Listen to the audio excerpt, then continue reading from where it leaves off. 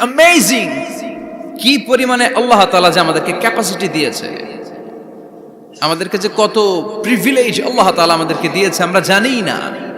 আমরা আমাদের দেহে কত শক্তি সম্ভাবনা নিয়ে যে ঘুরে বেড়াই আমরা অনুধাবন করি না। এজন্য সময়গুলোর কাজে লাগাও। কিন্তু আফসোসের সাথে লক্ষ্য করা যাচ্ছে যুবকদের চরিত্রকে ধ্বংস করে দেওয়ার জন্য যে কয়েকটা হাতিয়ার আছে সবগুলো বাংলাদেশে আছে না নাই? ইয়াবা আছে না নাই? ফেন্সিডিল আছে না নাই?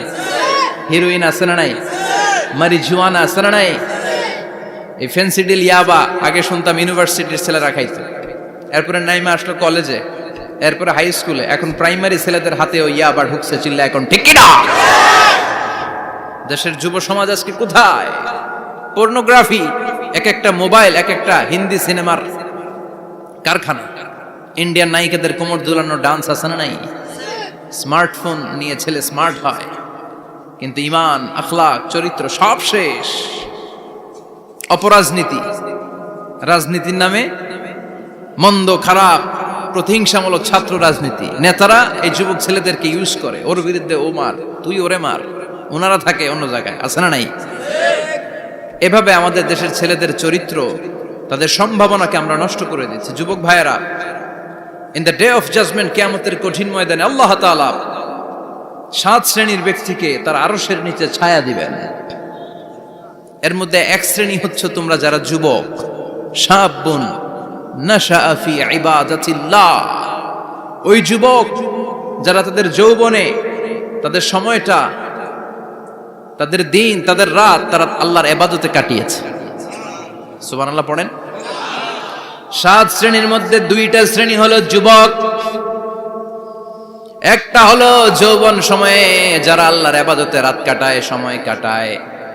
আর দ্বিতীয় ওই যুবক যে যুবককে কোনো নারী অন্যায় কাজের, অন্যায় প্রেম করার পরকীয়ার অফার দেয়, ওই অফারকে ক্যান্সেল করে ওই যুবক বলে ইন্নী আখাফুল্লাহ, আমি এই পরকীয়ার দিকে যেতে পারি না, কারণ আমার অন্তরে ভয় আছে একজনের, তিনি কে? যাদের হৃদয়ে আছে আল্লাহর ভয় তারা কবু পথ ভুলে যায় না। আল্লাহর প্রেম ছাড়া এই দুনিয়ায় কারো কাছে কোনো কিছু চায় না, ঠিক কি না? রাতের আধারে যারা সেজদাতে রয়, দু চোখের শ্রুতে নদী যেন বয়। আল্লাহু আকবার। তো তাহাজ্জুদ পড়বে কখন? ফজরই তো পড়তে পারে না, আছে না নাই? রাতের আধারে যারা সেজদাতে রয়, দু চোখের শ্রুতে নদী যেন বয়। ছলনার হাতছানি যতই ডাকুক পেছনে ফিরেও সে তাকায় না। যাদের হৃদয়ে আছে আল্লাহর ভয় তারা কবু পথ ভুলে যায় না। আল্লাহর প্রেম ছাড়াই দুনিয়ায় কারো কাছে কোনো কিছু চায় না। চিল্লায় বলেন ঠিক কিনা? তার মানে প্রথম হচ্ছে এক যুবক, যেই যুবক তার যৌবন কালের সময়টা আল্লাহর ইবাদতে কাটায়। দ্বিতীয় হলো এমন যুবক পরকীয়ার অফার পেয়ে সে বলে আমি ভয় পাই একজনকে, তিনি কে? এজন্য যুবক, তোমার অন্তর আল্লাহর ভয় থাকতে হবে, তোমার সময়টা এমনি কাটানো যাবে না, ইবাদতে কাটাতে হবে, ঠিক কিনা? এজন্য আমরা নামাজের পরে বলি রাদিতু বিল্লাহি রাব্বা, আল্লাহকে রব হিসেবে পেয়ে আমরা খুশি। তারপরে বলি অবিল ইসলামি দীনা, ইসলামকেও দিন হিসেবে পেয়ে আমরা খুশি না বেজার? কথা কন, খুশি না? আপনি খুশি হইলে আপনার লাভ, খুশি না হইলে আপনার লস। ইসলামের বিজয়কে সমুন্নত করবে কে? ইসলামের পতাকা পথ পথ করে হোয়াইট হাউসের উপরেও একদিন ঝুলবে। চিল্লায় বলেন ঠিক কিনা? আল্লাহ বলেন খবরদার, ফু দিয়ে ইসলামের বাতি তোরা নিভাতে পারবি না। ইউরিদুনা লিউতফিউ নূরাল্লাহি বিআফওয়াহিহিম ওয়াল্লাহু মুতিম্মু নূরিহি ওয়ালাউ কারিহাল কাফিরুন। ইসলাম বিরোধীরা চায় মুখের ফুৎকারে ইসলামের বাতিকে নিভিয়ে দিতে। আল্লাহ বলে খবরদার, ষড়যন্ত্র করে লাভ নাই, ইসলামের বিজয় আমি নিশ্চিত করে দেব। স্যামুয়েল হ্যান্টিংটন একটা বই লিখেছে, দ্য ক্লাশেস অফ সিভিলাইজেশন। ওই বইতে তিনি বলেছেন এই যে সভ্যতার সংঘাত, এত সভ্যতা, চায়না সভ্যতা, আর্য সভ্যতা, বৈদিক সভ্যতা, সিন্ধু সভ্যতা, মহেঞ্জোদারো সভ্যতা, ইরাকীয় সভ্যতা, মিশরীয় সভ্যতা, একটার পর একটা সভ্যতা পৃথিবীতে এসেছে, একটার পর একটা সুপার পাওয়ার। এখন সুপার পাওয়ার হচ্ছে ইউনাইটেড স্টেটস অফ আমেরিকা, ধারণা করা হচ্ছে এরপরে চায়না হবে সুপার পাওয়ার, আবার অনেকে বলছে এরপরে ইন্ডিয়া হবে সুপার পাওয়ার।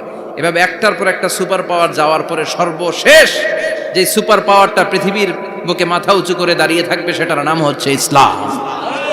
সেটার নাম কি? তার নমুনা গোটা বিশ্বব্যাপী আছে না নাই? ইসলামকে যত দমাইতে চায় এটা আরো উপরের দিকে ওঠে। সুবহানাল্লাহ কইবেন না? ইসলামের বৈশিষ্ট্য হচ্ছে চারা বীজের মতো। চারা বীজ তো আপনারা চিনবেন, নিমসারের মানুষ। বীজ, ইসলাম হচ্ছে বীজের মতো। ইসলামের শত্রুরা ইসলামকে মাটিতে গেড়ে দিতে চায়, কিন্তু ইসলাম হচ্ছে বীজের মতো, চারা বীজ। চারা বীজ মাটিতে গেড়ে দিলে কি হয়? কথা কন। আর গজিয়ে ওঠে, মাটি ফেড়ে উপরের দিকে উঠে চিৎকার করে বলেন ঠিক কি না? ইসলাম হচ্ছে টিউবের মতো। টিউব, পুকুরে যারা নতুন সাঁতার কাটতে যায় ডুবে যাতে মারা না যায়, টিউব নিয়ে সাগরের মধ্যে নামে। এই টিউবকে যত আপনি পানির নিচে ডুবাতে চাইবেন, টিউব আর উপরের দিকে ভেসে ভেসে ওঠে। সুবহানাল্লাহ পড়েন।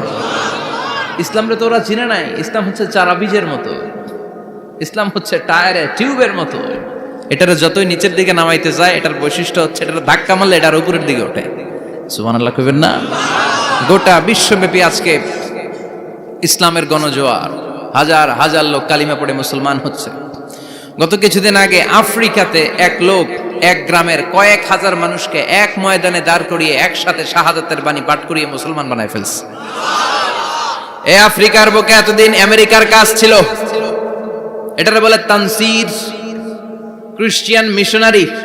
লক্ষ লক্ষ ডলার দিয়ে আফ্রিকার দেশগুলোর মধ্যে গরিব গরিব মুসলমানগুলোরে তারা নাসারা বানাতো। এই বিষয়টা যখন মুসলিম স্কলারদের নজরে এলো, এখন গোটা বিশ্বের সব মুসলিম স্কলাররা আফ্রিকায় যে ইসলামের দাওয়াতকে প্রচার করে দিচ্ছে। গ্রামকে গ্রাম খ্রিস্টান সম্প্রদায় লা ইলাহা ইল্লাল্লাহ মুহাম্মাদুর। ঝিনুকের ভেতর লুকিয়ে থাকে যেমন মতি, ঝিনুকের ভেতর লুকিয়ে থাকে যেমন মতি, কলমা শাহাদাতে আছে আল্লাহর জ্যোতি, কলমা শাহাদাতে আছে আল্লাহর জ্যোতি। পড়েন সবাই। ঝিনুকের ভেতর লুকিয়ে থাকে যেমন মতি, ঝিনুকের ভেতর লুকিয়ে থাকে যেমন মতি, কলমা শাহাদাতে আছে আল্লাহর জ্যোতি, কলমা শাহাদাতে আছে আল্লাহর জ্যোতি। ঠিক কি না? এই জ্যোতি যদি একবার কারো হৃদয়ের মধ্যে স্থান করে নেয়, এই নুরানি আলোর ছোটা যদি কারো হৃদয়ের মধ্যে জায়গা দখল করে নেয়, পৃথিবীর কোনো মতাদর্শ তার অন্তরের মধ্যে আর থাকতে পারে। গ্রামকে গ্রাম আফ্রিকাতে এখন কালিমা পড়ে পড়ে মানুষ মুসলমান হয়ে যাচ্ছে। সুবহানাল্লাহ পড়েন। একদিন আমেরিকার হোয়াইট হাউসের উপরেও কালিমার লা ইলাহা ইল্লাল্লাহর পতাকা পতপত করে উড়বে। চিল্লায় বলেন ঠিক কি না? এজন্য আমরা বলি ওয়াবিল ইসলামি দীনা, ইসলামকে ধর্ম হিসেবে পেয়ে আমরা খুশি না বেজার? After the Twin Tower attack, the number of Muslims in America already have been doubled. Now it's tripled. Twin tower অ্যাটাকের আগে আমেরিকা যত মুসলমান ছিল, এটা গত কয়েক বছর ধরে ছিল ডবল, এখন এটা ট্রিপল হয়ে গেছে। মানে টুইন টাওয়ার অ্যাটাকের আগে আমেরিকায় মুসলমানের সংখ্যা যা ছিল, এখন এটা 3 গুণ বাড়ছে। ইউরোপ, আমেরিকাতে মসজিদের সংখ্যা বাড়ছে, দাওয়াতি কাজের সংখ্যা বাড়ছে। এমনকি হার্ভার্ড ইউনিভার্সিটিতে, অক্সফোর্ডে, ক্যামব্রিজের ভেতরে, MIT, Massachusetts institute of technology, সায়েন্সে যারা পড়ে এদের স্বপ্ন এমআইটির ভিতরে ইসলাম ঢুকে গেছে। এজন্য ইসলামের আলোকে কেউ নিভিয়ে দিতে পারবে? ইসলামের গতিকে কেউ থামিয়ে দিতে পারবে? এটা অসম্ভব। এজন্য ইসলামের বিজয় সুনিশ্চিত। আমরা যারা লেগে থাকতে পারবো, আমাদের কপালকে উজালা করে দিবে কে? আর বিরোধিতা যারা করব তাদের সব শেষ, দুনিয়াও শেষ, আখিরাতও আমও শেষ, সালাও। এজন্য আমরা বলি রাদিতু বিল্লাহি রাব্বা, আল্লাহ তোমার রব হিসেবে পেয়ে আমরা বড্ড খুশি। ওয়াবিল ইসলামি দীনা, ইসলামকে ধর্ম হিসেবে পেয়ে আমরা খুশি। ওয়াবি মুহাম্মাদিন রাসূলা, বিশ্ব নবীকে রাসূল হিসেবে পেয়েও আমরা খুশি না বেজার? এমন রাসূল, গোটা বিশ্বের শ্রেষ্ঠতম রাসূল, শ্রেষ্ঠতম ব্যক্তিত্ব, যার কাছ থেকে পজিটিভ কোনো জিনিস ছাড়া নেগেটিভ কোনো জিনিস প্রকাশিত হয় নাই, সব ইতিবাচক। Always come back positive, not go back negative. সব সময় পজিটিভ বলতেন, পজিটিভ ভাবতেন, পজিটিভ কাজ করতেন। কোন নেগেটিভ নেতিবাচক কোনো কিছু বিশ্বনবীর জীবনে খুঁজে পাওয়া যায়? চিল্লায় বলেন, খুঁজে পাওয়া যায়? As a father, as a husband, as a commander, as a lawyer, as a reformer of the society, Muhammad is the superman of the world. গোটা বিশ্ব এখন তাকে সুপারম্যান ভাবতেছে, boss, boss of the all bosses. পৃথিবীতে যত বস এসেছে সব বসের সবচেয়ে বড় বস হচ্ছে বিশ্বনবী মুহাম্মদ সাল্লাল্লাহু